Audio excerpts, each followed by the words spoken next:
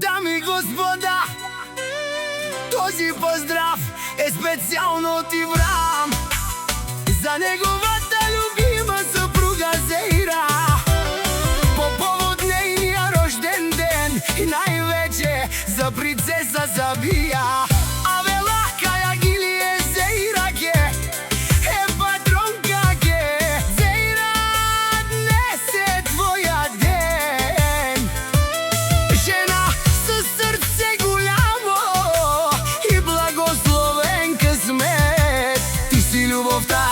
Ти си светлината, ти си силата в неговата съдба. От Стрямаджи, Ки Германия, Кавабаро, поздрав Керомняке.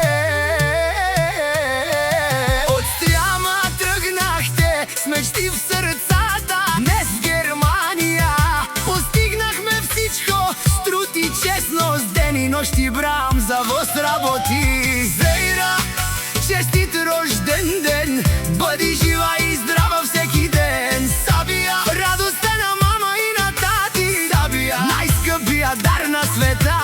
Зейра, ти си неговият живот, ти си неговата сила и неговият живот. За теб тупти сърцето му всеки ден, за теб е готов на всичко.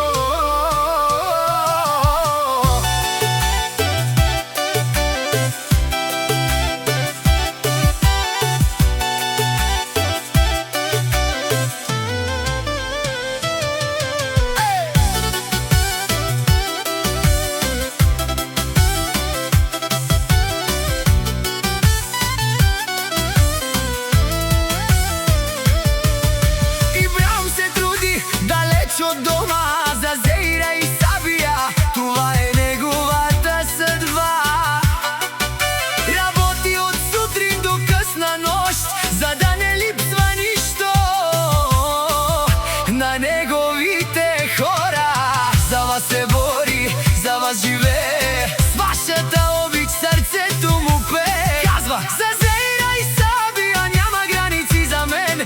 Ако мога и света ще купя един ден. Сабия, таткова гордост. Сабия, най-красивата радост. Твоят смях е богатство без цена. Твоята усмивка му дава сила. От село Стряма до Германия далеч, любовта ви